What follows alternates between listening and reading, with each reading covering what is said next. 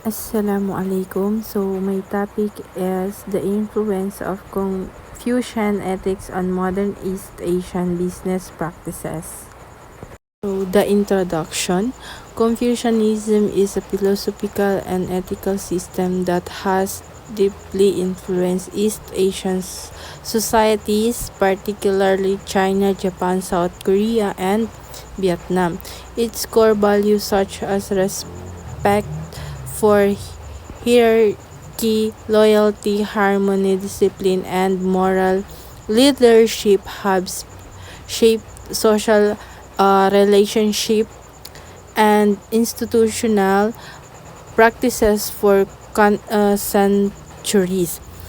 In the context of modern business, East countries have experienced rapid economic growth and globalization. So, the Confucianism ay isang philosophy at ethical system na matagal nang nakaimpluwensya sa mga bansang East Asian tulad ng China, Japan, South Korea, and Vietnam. So, nakatuon ito sa mga values gaya ng respect for hierarchy, loyalty, harmony, discipline, at moral leadership. So, na hanggang ngayon ay nakikita pa rin sa paraan na pakikitungo ng mga tao sa isa't isa. So, sa modern business, kahit na mabilis ang economic growth at globalization, sa East Asia nananatiling mahalaga ang Confucian values. So, halimbawa, sa mga kumpanya, binigyang halaga ang paggalang sa seniority, teamwork, at long-term relationship kaysa pansariling interes. So, the next is the statement of the problem. So, ito ay nakatuon sa pag-unawa kung paano na ipapakita at na ipapaunlad ang mga Confucian ethics sa modern East Asian business setting. So, sinagot nito na yung kung ano-ano ang mga Confucian ethics values na karaniwang makikita pa rin sa mga negosyo ngayon tulad ng respeto sa authority, loyalty at sa kumpanya at pagpapahalaga sa harmony. So, yun ang statement of the problem.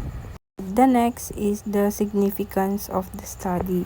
So, mahalaga ang pag-aaral na ito dahil tinutulungan nito ang mga business manager na mas maunawaan kung paano naapektuhan ng Confucian values ang leadership style at workplace relationship na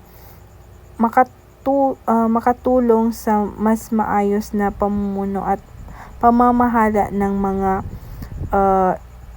empleyado. So, nagbibigay rin ito ng gabay at international partners at foreign companies upang mas maging apektibo ang pakikipagtrabaho nila sa mga East Asian businesses sa pamamagitan ng pag-unawa sa kanilang kultura at ethical values.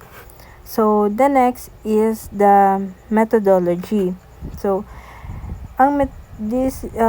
gumagamit naman ang pag-aaral na ito sa descriptive research method na nakatuon sa literature review.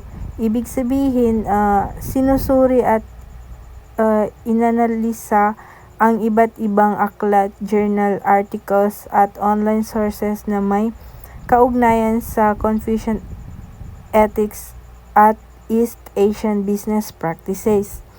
So, sa pamamagitan ng mga sanggunian ito is tinutukoy kung paano naiimpluwensyahan ng traditional Confucian values ang modern organization behavior. So, particular sa aspekto ng leadership, decision making, and workplace relationship sa mga negosyo sa East Asia.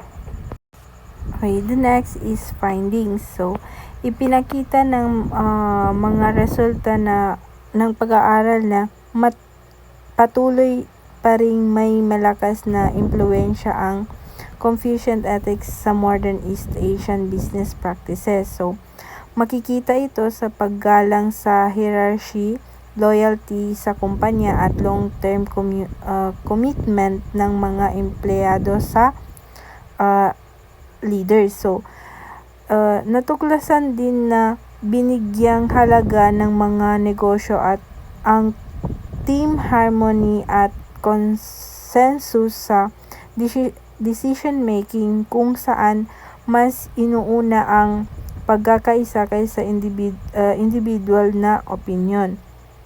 So, the next is conclusion. So, sa kabuuan, ipinakita ang pag-aaral ng nananatiling malalim ang pagkakaugat ng Confucian ethics sa modern East Asian business practices kahit na may mabilis na economic development at globalization. So, hindi nawala ang mga traditional ethics principle, bagkus ito ay nag-adapt lamang ang mga ito sa makabagong business system. So, the last is recommendation. So, batay sa mga natuklasan ng pag-aaral is inirekomenda na ang mga business leaders at manager ay magkaroon ng mas malalim na cultural at ethical awareness tungkol sa Confucian values. So, lalo na kapag ang operate sa mga East Asian markets upang maging mas epektibo ang pamumuno at pagtrabaho. So, inirekomenda rin ang mga educational institution ay isama ang cultural ethics at Confucian values sa business at management curricula upang mas ihanda ang mga estudyante sa pagharap ng global business environment na may paggalang sa kultura at ethical na pamantayan.